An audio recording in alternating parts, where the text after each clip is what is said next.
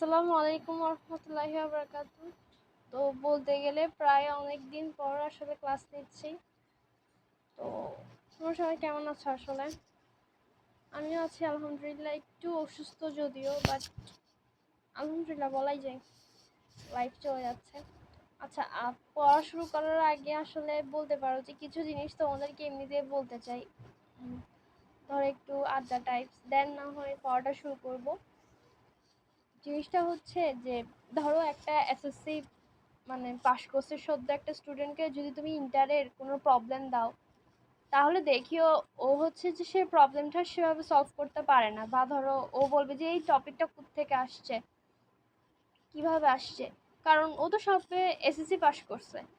তো ওই একই স্টুডেন্ট যখন তোমার এসএসসি টার্মটা পাশ করার পর আরও 2 বছর চলে যায়, ইন্টারের সময়টা পার করে ফেলে, তখন যদি ওকে তুমি ইন্টারের বইটা দাও বা একটা পার্টিকুলার টপিক থেকে কোয়েশ্চেন করো, তাহলে কিন্তু সে সেটা পারে। ইভেন অ্যাডমিশন ক্র্যাক করে, এইচএসসি ক্র্যাক করে, ভালো ভালো প্রতিষ্ঠান ক্র্যাক করে, সব কিছুই করতে পারে। তো এসএসসি আর এইচএসসি দুইটা এক্সামের মধ্যে গ্যাপটা কতটুকু ছিল? 2 বছর না জাস্ট। তো এসএসসির টাইমে যে স্টুডেন্টটা হয়তো এতটা ভালো করতে পারে নাই, এইচএসসির টাইমে সে স্টুডেন্টটা হয়তো বা টপ করে ফেলতে পারে। আবার যে হয়তো বা তোমার এসএসসি টাইমে টপ করছে, সে হয়তো কোনো একটা ইনসিডেন্টে এইচএসসির টাইমে রেজাল্ট খারাপ করতেই পারে। জিনিসটা কেন বলতেছে, এটা হচ্ছে একটা সময়ের মানে একটা ব্যাপার। বলে না যে আপনার টাইম বে আয়েগা, ওই টাইপসের, যে একটা সময় পর মানে জীবনে সব সময় তুমি উপরে উঠবা তেমন হবে না। হ্যাঁ, লাইফটা হচ্ছে অনেকটা গ্রাফের মতো, গ্রাফ যেমন তোমার একটু নামে আবার উঠে, তো ওরকম একটু উঠানামা থাকে লাইফে। অনেকেই থাকবে যে তোমাদের আশেপাশে দেখবা এসএসসি পর, যখন তোমরা এসএসসি পরীক্ষা দিয়ে ফেলছো, এরপর এইচএসসি আগে বা কলেজে ভর্তি হয়েছে, তখন দেখবা যে একটা ভাইবসে চলে আসছে, মানুষকে মানুষ হিসেবে গণ্য করে নাই। বা দেখবা যে এখন অ্যাডমিশন টাইমে অনেককেই দেখবা যে এরকম ভালো একটা পর্যায়ে চলে গেছে, অহংকার করতেছে। জিনিসটা হচ্ছে একদম সোজাসাপটা কথা, অহংকার হচ্ছে পতনের মূল। আমি তোমাদের এইচএসসি 22 ব্যাচের আর কি। তো তোমরা মেবি হয়তো 23 হবা, এইচএসসি 24-25 এরকম কিছু একটা হবা। জিনিসটা হচ্ছে আমার সাথে আমার ব্যাচমেটরা 4 বছর পর আসলে নইলে ওরা আইএলটিএস দিবে, নইলে হচ্ছে বিসিএস পরীক্ষা দিবে। তুমি জানো না এটা, বা আমি জানি না আমার রিজিক আল্লাহ কি রাখছে, কিন্তু এটা জানি যে রিজিকটা আল্লাহ লিখে। যার কারণে আমি এটা বিশ্বাসই করি না যে কারো রিজিক আসলে খারাপ হইতে পারে, কারো তকদির খারাপ হইতে পারে, এগুলো আমি আসলে বিশ্বাসই করি না। কারণ আমি জানি যে এটা তো আমার রবই লিখছে। তো অনেককেই দেখবা যে হচ্ছে রিসার্চ করে, ছোট করার ট্রাই করে, খোঁচা মারবে, এটা মারবে, ওটা মারবে, এগুলো আসলে পাত্তাই দিবে না, ঠিক আছে? একটা জিনিস মাথায় রাখবো যে সবকিছু সময়ের ব্যবধান, সময়ের খেলা।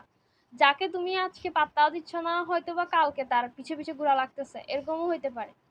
হ্যাঁ, তো এগুলো নিয়ে আসলে এত ভাববা না, মনে রাখবা যে হ্যাঁ, জীবনটা আরো অনেক দিন হায়াত আছে, এগুলোকে হচ্ছে আসলে দেখতে হবে, অনেক কিছুই লাইফে ফেস করতে হবে। অহংকার করা যাবে না, একদমই অহংকার করা যাবে না। এগুলো একদম বলতে গেলে শয়তানের ওয়াসওয়াসার কারণে আসে। তো আল্লাহর কাছে সাহায্য চাইতে হবে। হ্যাঁ, বেশি বেশি হচ্ছে যে তোমার স্রষ্টার কাছে সাহায্য চাইবা, এটাই হচ্ছে কথা। আর হচ্ছে যে টোটালি ওই জিনিসটা করবা না।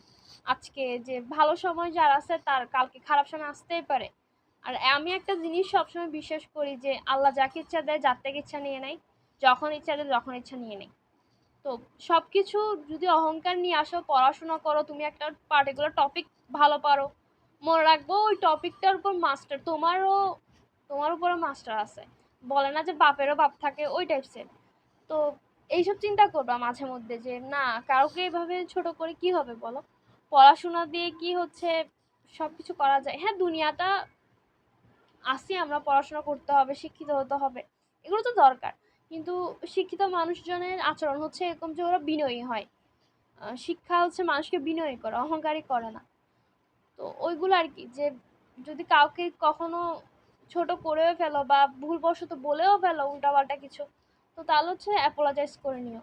কারণ একটা মানুষের না মন থেকে যে একটা দীর্ঘ নিঃশ্বাস থাকে, এটা মানে ধ্বংস করার জন্য একদম বলতে গেলে নিশ্চিত একটা বিষয়। তোমরা যদি কিছুদিন আগের কথাও চিন্তা করো, তাহলে ওইটা বুঝবা যে মানে একটা মানুষের মন থেকে যে একটা দীর্ঘ নিঃশ্বাস, একটা নির্দোষী মানুষের মন থেকে যে এই মানুষটা আমার সাথে এতটা খারাপ আচরণ করছে, এটা একদম শেষ করে দেওয়ার জন্য যথেষ্ট, একদম শেষ। তো এই আর কি, কোনো কাউকে ভয়টাই লাগাচ্ছি না, সত্যি বলতে মনের মধ্যে যা ছিল তাই বললাম। যে সময়ের ব্যবধানে সব কিছুই পাল্টায় যায়। সব কিছু তুমি তোমার ব্যাচমেটদের সাথে 4 বছর পর তোমরা আবার পরীক্ষা দিবা, নয় বিসিএস পরীক্ষা দিবা, নয় আইএলটিএস পরীক্ষা দিবা। আর এমন কোনো পরীক্ষা নাই যেটা তুমি দিতে পারবা, তোমার বন্ধু বান্ধব দিতে পারবে না। যদি হায়াত থাকে সবাই সব পরীক্ষা দিতে পারবে, এই আর কি। তো 4 বছর সবার সাথে মিলেমিশে থাকবা, পড়াশোনা করবা, মনোযোগ দিয়ে পড়াশোনা করবা, সবাই মিলেমিশে পড়াশোনা করে মিলেমিশে শিক্ষিত হওয়া, মিলেমিশে জিনিস জানা, এগুলোর মানে ব্যাপারগুলোই আলাদা। সবাই একসাথে শিখবো, এই জিনিসগুলোর মেন্টালিটি আলাদা আসলে। তো এই আর কি, অনেক কথাই বলে ফেললাম। আচ্ছা, এখন পড়াশোনায় আসা যাক। পদার্থের গাঠনিক ধর্ম। আমি যখন ইন্টারে ছিলাম আর কি, যদি বলো যে কোন একটা চ্যাপ্টার আমার সবচেয়ে ফালতু লাগতো, তাইলে হচ্ছে এটাই চ্যাপ্টারটা। যদিও আমাদের শর্ট সিলেবাস ছিল, তোমাদেরও আছে, তো মানে তবুও এই অধ্যায়টা কেন জানি অনেক পেন লাগতো, আমার অনেক বেশি পেন লাগে এখন। সূত্রগুলো না অনেক হাবিজাবি টাইপসের। আর কি বলতাম, প্র্যাকটিস করতে করতে ধরো যে চ্যাপ্টারটা কম পারতাম সেটাতেই বেশি সময় দিতাম। তো প্র্যাকটিস করতে করতে এটা আবার ভালোই পারি আলহামদুলিল্লাহ, এই আর কি। আচ্ছা, পড়া শুরু করি। হ্যাঁ, বিসমিল্লাহির রহমানির রহিম। আচ্ছা, স্থিতিস্থাপকতা। তো প্রথম প্রশ্নটা হচ্ছে দৃশ্যমান আলোক রশ্মির কোনটির তরঙ্গ দৈর্ঘ্য সবচেয়ে কম। মনে রাখবা যে লালের হচ্ছে তরঙ্গ দৈর্ঘ্য সবচেয়ে বেশি হয়, আর বেগুনের হচ্ছে কি সবচেয়ে কম। ওই যে বেনি আশা ও কলা সিরিয়াল যেটা থাকে, ওখানে লালের হচ্ছে তরঙ্গ দৈর্ঘ্য বেশি, আর এদিকে হচ্ছে তার মানে কি কম, বেগুনি। তারপর তোমার শক্তি equal to H lambda types যে সূত্রটা আছে, ওটার সাথে ব্যস্ততার সমানুপাতিক সম্পর্ক, ওগুলো মাথায় রাখতে হবে। হ্যাঁ, তারপর তোমার কোনটার হচ্ছে যে ফ্রিকোয়েন্সি বেশি, ফ্রিকোয়েন্সি কম, এগুলোও কিন্তু লাগে। তো এই টপিকটা কিন্তু খুব ভালো মতো ক্লিয়ার থাকতে হবে। তরঙ্গ দৈর্ঘ্য কার বেশি কার কম, শক্তি কার বেশি শক্তি কার কম, ব্যস্তানুপাতিক কোনটা সম্পর্কে ছিল, সমানুপাতিক কোনটা সম্পর্কে ছিল, এটা একটু ক্লিয়ার রাখতে হবে। আচ্ছা, তাপমাত্রা বৃদ্ধি পেলে ইস্পাতের স্থিতিস্থাপক গুণক কি হয়? এখানে একটু কথা আছে, নর্মালি হচ্ছে তোমার কমে, কিন্তু বুঝোই তো আমাদের যখন এমসিকিউ কোশ্চেন আছে অবভিয়াসলি ব্যতিক্রম কিছু থাকবে।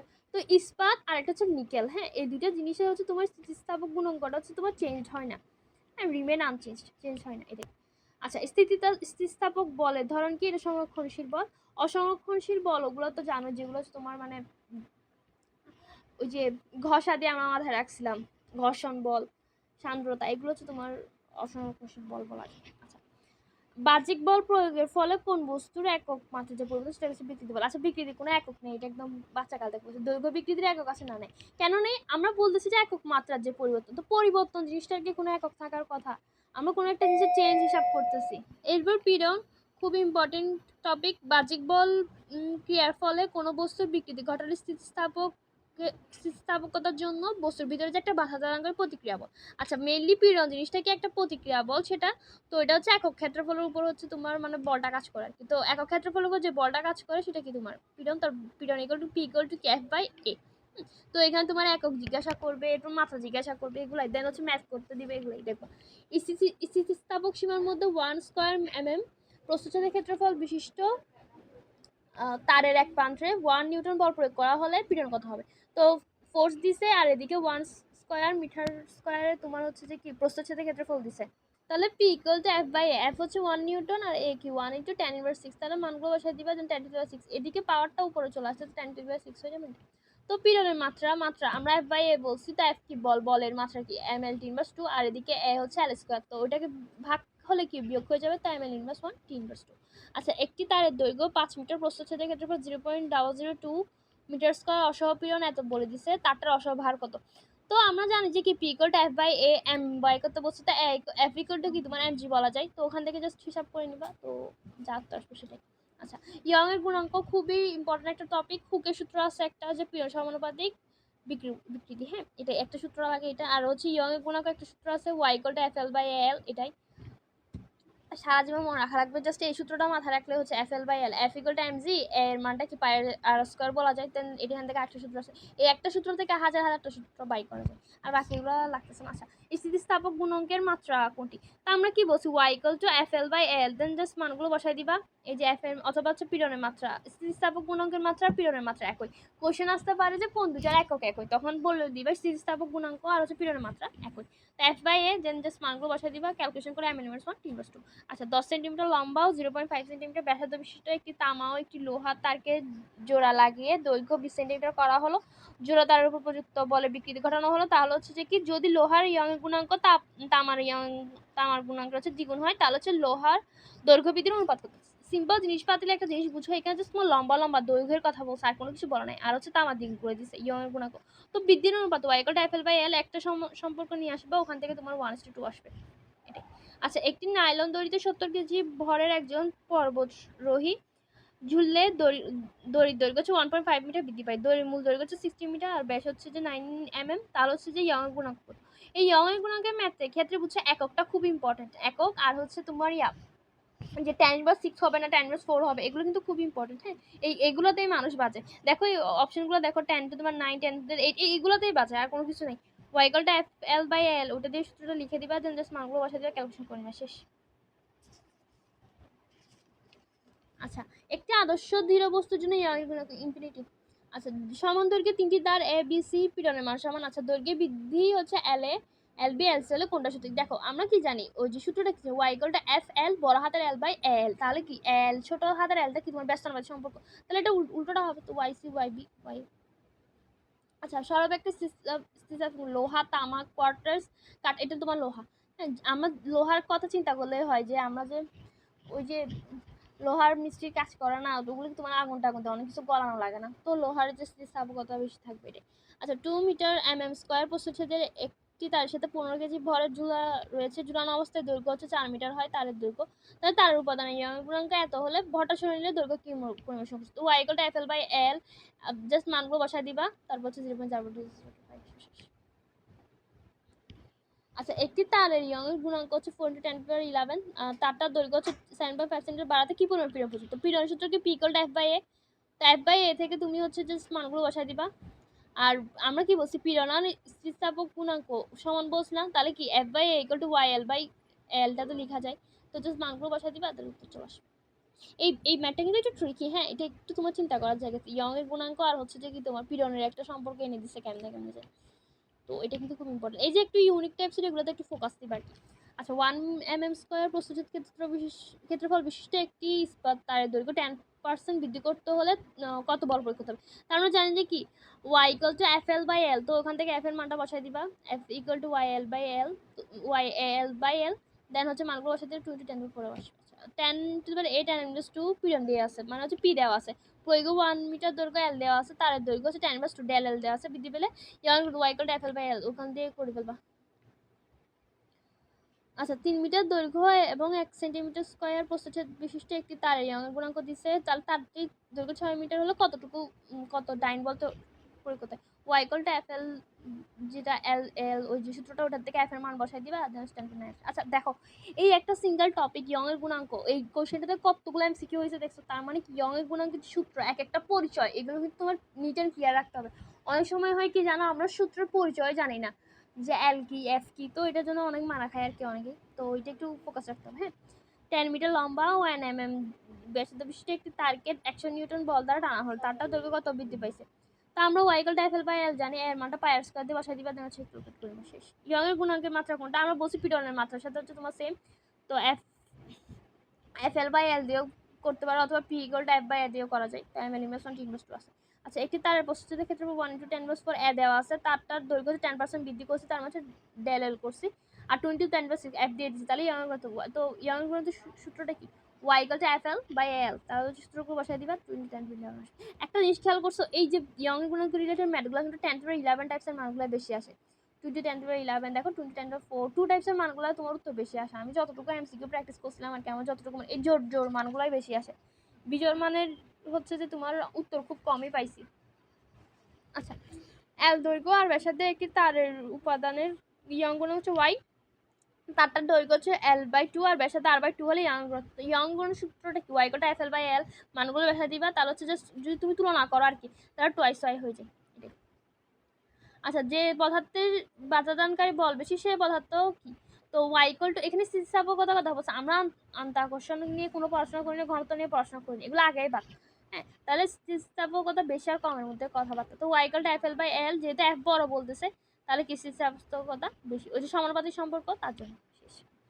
আচ্ছা, আয়তন গুণাঙ্ক 300 সেন্টিমিটার কিউব পারদের উপর কি পরিমাণ চাপ প্রয়োগ করলে এর আয়তন এত হবে? তো ওইটা জাস্ট ওই পরিবর্তনটা দিয়ে ভাগ করে দিলে তো হচ্ছে মেন মানটাকে দেখো, 22.6 × 10^9। আচ্ছা, পানির আয়তন প্রসারণ গুণাঙ্ক এত, তাহলে হচ্ছে যে কত চাপ প্রয়োজন? সেম জিনিস, ওই যে জাস্ট পরিবর্তনটা দিয়ে ভাগ করে দিবা, দেন জাস্ট মানগুলো বসাই দিবা, শেষ। আয়তন গুণাঙ্ক এত কমাতে হলে কি করতে হবে, চাপ দিতে হবে, ওইটাই দেখছো, চাপ দিতে হবে, কতটুকু চাপ প্রয়োজন। এখানে দেখো কোশ্চেনের 3টা প্যাটার্ন আছে, একটা হচ্ছে কতটুকু পরিবর্তন করতে হবে, আরেকটা হচ্ছে কি পরিমাণ অতিরিক্ত চাপ দিতে হবে। তো দেন জাস্ট মানগুলো বসাই দিবা, 600 mm আসবে। এই সূত্রগুলোই আসলে লাগে একসাথে একটা খাতার মধ্যে, যদি তুমি কোনো সূত্র না পারো সেগুলো লিখে রাখলেও পরীক্ষার হলে জাস্ট দেখে নিবা যে কোন কোন সূত্র তুমি পারতেছিল না, পরিচয় সহ লিখে দিবা। হ্যাঁ, যে দেখছো এখানে যেগুলো লিখছে বি নট আদি আয়তন, ডেল বি হচ্ছে তোমার আয়তনের পরিবর্তন, এভাবে একটু মাথায় রাখতে হয় সূত্রগুলো। আচ্ছা, কৃতকাজের একটা আছে, W equal to half F L অথবা হচ্ছে হাফ ওয়াই, মানগুলো বসাই দিছিল আর কি, হাফ ইন্টু পিরিয়ড ইন্টু বিকৃতি, এটা মাথায় রাখলেই হয়। যদি পি পিরিয়ড ও ওয়াই কোনো তারের গুণাঙ্ক হয় তাহলে প্রতি তবে তারের প্রতি একক আয়তনের সঞ্চিত শক্তি, তো আমরা W equal to half period into বিকৃতি জানি। তো এখান থেকে তোমার একটা সূত্র আসছে যে পি স্কোয়ার বাই টুয়াইস। আমি বলি এই জিনিসটা বুঝছো, তোমার ডাইরেক্ট ম্যাথের ক্ষেত্রেও লাগে, আমার মনে আছে এই জিনিসটা একটা ম্যাথও আসে, যে একক আয়তনের সঞ্চিত শক্তি কেমন নেওয়া হয়। তো আমরা পিরিয়ডের পি দিয়ে জানি, আর এদিকে বিকৃতিকে আমরা কি বলি, যে একক মাত্রায় পরিবর্তন, তো পি বাই ওয়াই। তো দেন জাস্ট মানগুলো বসাতে আসিস। আচ্ছা, 200 সেন্টিমিটার লম্বা ও 1 mm স্কয়ার প্রস্থচ্ছেদ ক্ষেত্র বিশিষ্ট একটি ইস্পাতের তারের দৈর্ঘ্য এত, প্রয়োজনীয় কাজের পরিমাণ কত। তো আমরা হচ্ছে যে কি W equal to half Y L square by L জানি। আমরা দেখতেছি যে তোমার ইস্পাতের ম্যাথ, হ্যাঁ, তো ইস্পাতের ম্যাথের একটা ডাব্লিউ সূত্র আছে যে হাফ ইন্টু পিরিয়ড ইন্টু বিকৃতি, তো ওখান থেকে মানগুলো বসাই দেবে 0.05 আসে। মানগুলো বসাই দিচ্ছে half into Y L square, মানগুলো বসাই দিচ্ছে। 30 সেন্টিমিটার দীর্ঘ 31 ইন্টু 10⁻² সেন্টিমিটার স্কয়ার প্রস্থচ্ছেদ বিশিষ্ট একটি তারের গুণাঙ্ক এত, 1.5 × 10⁻11 n/2, আর একে টেনে তোমার 0.1 সেন্টিমিটার বৃদ্ধি করতে হলে কতটুকু কাজ সম্পন্ন হবে। তো W equal to half Y L square by L square, তুমি মানগুলো বসাই দিবা। এখানে তোমার অপশন নাই মনে হতো, তো এটা হচ্ছে কোনোটি নেই। পয়জনের অনুপাত এইটার হচ্ছে বুঝছো, এই 4টা লাইন মানে বেসিকটা খুব ইম্পর্টেন্ট, মনে রাখবো যে 500 বিকৃতি বা দৈর্ঘ্য বিকৃতি। তো বিকৃতির আমরা কোনো হচ্ছে অনুপাত মানে একক জানি না, তো বিকৃতি যখন কোনো একক নাই, তো পরিবর্তনে যখন কোনো একক না, অনুপাতের কি কোনো একক থাকবে, তো ওইটাই। দেখা হচ্ছে সূত্রটা একটু লাগবে, আর হচ্ছে যে কি তোমার আলফা যে মানে পয়জন অনুপাতের যে মানটা -1 থেকে হাফের মধ্যে এটা রাখতে হবে। তো বাস্তবের ক্ষেত্রে মান কি ছিল, এগুলো কিন্তু অনেকগুলো মান আছে, এটা একটু মাথায় রাখতে হবে। হ্যাঁ, আর আলফা মানে এই মানটা হচ্ছে যে তোমার 0 থেকে 0.5 এর মধ্যে হতে হয়। তো পয়জন অনুপাতের কোনো মান নেই, তো পয়জনের এই মানগুলো একটু মাথায় রাখতে হবে, বাস্তবে পয়জনের মান কত, এগুলো বই কিন্তু একসাথে দেওয়া আছে, আমার স্টিল মনে আছে এগুলো। আচ্ছা, পয়জন অনুপাতের সীমা কত, -1 থেকে তোমার হাফের মধ্যে। হ্যাঁ, আচ্ছা, একটি তারের দৈর্ঘ্য 2 মিটার এবং ব্যাস এত মিটার, দৈর্ঘ্য বরাবর তার প্রয়োগ করে তারটির দৈর্ঘ্য এত% বৃদ্ধি পায়, পয়জনের অনুপাত এত হলে ব্যাস কতটুকু হ্রাস পাবে। তো জাস্ট মানগুলো বসাই দিবা, 0.01 mm আসবে। পয়জনের অনুপাতের মাত্রা কোনোটি নয়, আমরা বলছিলাম যে কি মাত্রাহীন রাশি, যেহেতু বিকৃতির একটা চেঞ্জ বলছে, এই সূত্রটা কিন্তু লাগবে। হ্যাঁ, ডি ডেল বি বা ডেল এল বাই এল, এই সূত্রটা কিন্তু লাগবে, del D by D divided by del L by L. আচ্ছা, প্রান্তিক বেগ, স্ট্রোকস, এগুলো তোমাদের মেইনলি মানে মেবি তোমার হচ্ছে যে কি শর্ট সিলেবাসে নাই, তাও আমি পড়ছিলাম যেহেতু হচ্ছে মানে কোচিংয়ে পড়তে বলছিল, ওই সপ্তাহে পড়ে ফেলছিলাম আর কি। আচ্ছা, মেইনলি তোমার যেটা সান্দ্রতা সেটা হচ্ছে যে কি একটা তোমার বাধা দানকারী বল আর কি, তো এটা আপেক্ষিক গতির বিরুদ্ধে বাধাটা দেয়। তো নিউটনের একটা সূত্র আছে F = na/dv/dy, এই সূত্রটা তোমার লাগে। আর স্টোকসের একটা সূত্র আছে F = 6πr/n, এই যে 6πr/n এটা।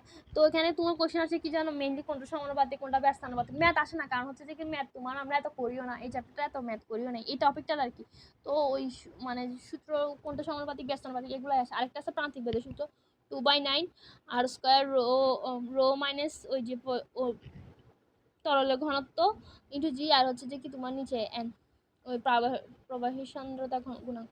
তো এটা একটু লাগে, হ্যাঁ, সূত্রটা একটু লাগে, কোনটার সাথে ব্যস্তানুপাতিক ছিল কোনটা স্কয়ার ছিল এটা। আর এই ভি সমানুপাতিক আর স্কয়ার একটা সূত্র লাগে, আর হচ্ছে এন সমানুপাতিক রুট/টি। আর এই লেখাগুলো লাগে, তাপমাত্রা বৃদ্ধিতে হচ্ছে তোমার তরল সান্দ্রতা হ্রাস পায় আর গ্যাসের বৃদ্ধি পায়। একটা জাস্ট মাথায় রাখবে, তত তাপমাত্রা তত তরল হচ্ছে হ্রাস পায়। যখন সেম হয়ে গেছে হ্রাস পাইছে, তাহলে গ্যাসের ক্ষেত্রে বেড়ে গেছে। আর চাপ বাড়লে হচ্ছে তরলের সান্দ্রতা বৃদ্ধি পায়, আর গ্যাসের ক্ষেত্রে হচ্ছে তোমার চাপের কোনো মানে কাজ করে না আর কি, সান্দ্রতার ক্ষেত্রে গ্যাসের কোনো প্রভাব নেই। আচ্ছা, সান্দ্রতা গুণাঙ্কের মাত্রা তো আমরা বলছি কি F = 6πr/n, ওই যে স্টোকসের সূত্র, ওখান থেকে তুমি জাস্ট মানগুলো বসা দিবে। লাগে না আসলে, এগুলো তোমার পরীক্ষায় নেয় যখন, কেন লাগবে, তাও পড়াই দিচ্ছি। পতনশীল বৃষ্টি বিন্দু প্রান্তীয় বেগ লাভের জন্য কি হয়, বা সান্দ্রতা কাজ করে কোন পদার্থ হচ্ছে সান্দ্রতা সবচেয়ে বেশি, মধুর সবচেয়ে বেশি ঘন, কনসিস্টেন্সিটা একটু চিন্তা করে দেখো, মধুর চিন্তা করলে দুধটা একটু পানিও হালকা, তেলও মোটামুটি হালকা, কিন্তু মধুটাকে একদম বেশি ঘন ওটা। 200 mm ব্যাসার্ধের একটি গোলক কোনো তরলের ভিতর দিয়ে এত প্রান্ত বেগে পড়লে তাহলে সান্দ্র বল কত, তো F = 6πr/n মানকে বসে দিও শেষ। পয়েস কিসের অনুপাত, সান্দ্রতা অনুপাত, পীড়ন না, কিন্তু পীড়নেরটা কি ছিল F/a, ইয়ংয়ের গুণাঙ্কের আছে, আয়তন গুণাঙ্কের আছে। আচ্ছা 0.01 mm স্কয়ার। আচ্ছা 0.01 mm স্কয়ার ক্ষেত্রফল বিশিষ্ট একটি পাত 2 mm পুরু গ্লিসারিন একটি স্তরের উপর রাখা হয়েছে। পাতটি 0.05 ms ইনভার্স 1 বেগে চালনা করতে 0.4 n আনুভূমিক বলের প্রয়োজন হলে সান্দ্রতা গুণাঙ্কের মান কত? তো F = n, মানে ওই যে তরল সান্দ্রতা ঘনত্ব A/dB/dy মানগুলো বসায় দিবা, এই সান্দ্রতা গুণাঙ্কের মানটা বাই করে ফেলবা শেষ। তারপর পতনশীল বলের উপর যে তরল বা গ্যাসের সান্দ্রতা, স্টোকসের সমীকরণটা ওই যে 2r²/9 ফার্স্টে তুমি হচ্ছে এনটা চেক করবা নি আর আর স্কয়ারটা চেক করবে, এই দুটো চেক করলে ওইটাই উত্তর হয় আর কি, যেটা স্টোকসের সমীকরণ। আচ্ছা একটি 10^2 মিটার স্কয়ার প্রস্থচ্ছেদ ক্ষেত্র বিশিষ্ট একটি পাতের গুরুত্ব এত 22 10^3 ওই প্লেটে 0.03 ms বেগে চালনা করতে 0.235 নিউটন আণবিক সান্দ্রতা। এখানে দেখো, এখানে তোমার এ বলে দিছে, পুরুত্ব বলে দিছে, তারপর হচ্ছে যে কি বেগ বলে দিছে, বি বলে দিছে, তারপর এফ বলে দিছে, তুমি জাস্ট মানগুলো বসাই দেওয়া শেষ। আচ্ছা প্রবাহী পদার্থের সান্দ্রতা সহগের মাত্রা কোনটি? ওই যে dB/dy যে সূত্রটা আছে ওটা থেকে মানগুলো বসাই দিছে, ml/3 আসে। আচ্ছা পৃষ্ঠটানা পৃষ্ঠ শক্তি, এটার একটা সমীকরণই লাগে যে পৃষ্ঠটান ইকুয়াল টু পৃষ্ঠ শক্তি, এই জিনিসটা লাগে, দেখবে সামনে পাবা। আচ্ছা এগুলো লাগতেছে না। বৃষ্টির একটি বড় ফোঁটা ভেঙে অনেকগুলো ছোট ছোট ফোঁটায় পরিণত হয়, তো সমষ্টি ক্ষেত্রফলটা হচ্ছে কি বেড়ে যায় মানে যখন তুমি অনেকগুলো পানিকে একসাথে করে ফেলতেছো এটা। আচ্ছা এটা একটু তোমার ম্যাথমেটিক্যাল একটা ইয়ে আছে যে বৃদ্ধি পাবে না হ্রাস পাবে, তো v = v1 2 দেন হচ্ছে তোমার n দিয়ে গুণ করবা, তো n দেখো ওখানে মানে একটু ক্ষেত্রফলটা বেশি আসে। এটা খুব ইন্টারেস্টিং একটা ফ্যাক্ট যে তুমি একটা বরফটাকে তুমি ছোট ছোট করছো কিন্তু ওই ছোট ফোঁটাটাকে যোগ করলে কিন্তু আবার বরফটা থেকে বেশি হয়, এটা কিন্তু খুব মজার একটা জিনিস আর কি। আচ্ছা পৃষ্ঠ শক্তির একক কোনটি? তো সূত্রটা হচ্ছে T = F/L তোমার পৃষ্ঠ টানে, তো পৃষ্ঠ টানার পৃষ্ঠ শক্তি একই, F/L যেহেতু তোমার হচ্ছে যে n m−1 আসে। ওই F এর একক কি n, তো নিউটন, আর L এর হচ্ছে মিটার, তো n/মিটার m−1। আচ্ছা নিচের কোনটি পৃষ্ঠটানের পৃষ্ঠ E = T বললাম না, পৃষ্ঠটান = পৃষ্ঠ শক্তি এটা। তো পানির পৃষ্ঠটানের মান এটা তোমার 7.72 × 10^3। হ্যাঁ কোন ধরনের কারণে পানির ফোঁটা গোলাকার? দেখো গোলাকার হয় যে তোমার পৃষ্ঠটানের কারণে। হ্যাঁ সান্দ্রতাটা কি তোমার বৃষ্টি পড়ার সময় একটু বাধা দেয়, এটাই আর কিছু না।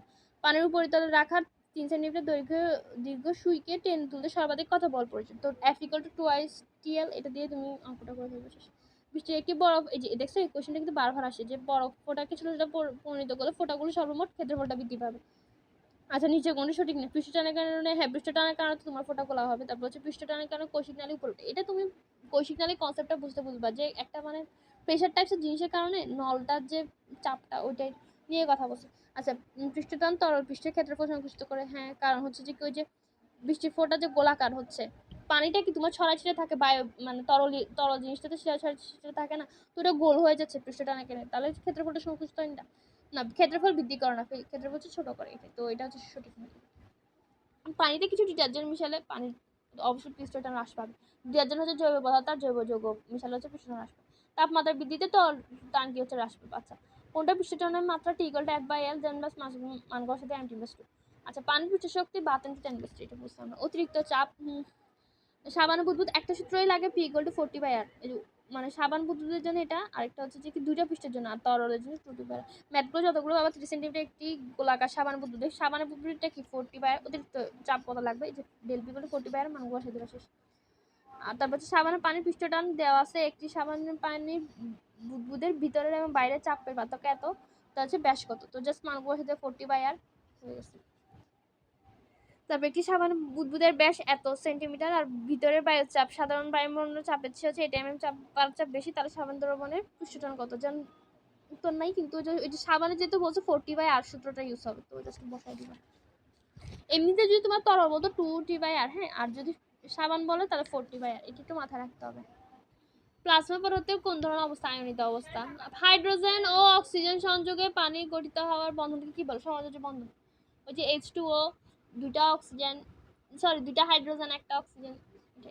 একই পদার্থের বিভিন্ন অণুর মধ্যে পারস্পরিক আকর্ষণ বলকে তোমার সংশক্তি বলে, আর যদি আলাদা আলাদা হয় তাহলে সেটা হচ্ছে আসঞ্জন বল বলে। সরিয় সারিয়ানা আলাদা আছে, তারপর আসঞ্জন বানানোটা আছে, তা আলাদা যেটা সেটা হচ্ছে আসঞ্জন ছিল, আরেকটা যেটা সেটা সংশক্তি ছিল, এটা মাথায় রাখলে হয়। আচ্ছা স্পর্শকোণ, এখানে তোমার একটু মুখস্থবিদ্যার জিনিস বেশি, যেসব তরল হচ্ছে কাছ বেছে না তাদের স্পর্শকোণ 90 ডিগ্রি চেয়ে বড় হবে।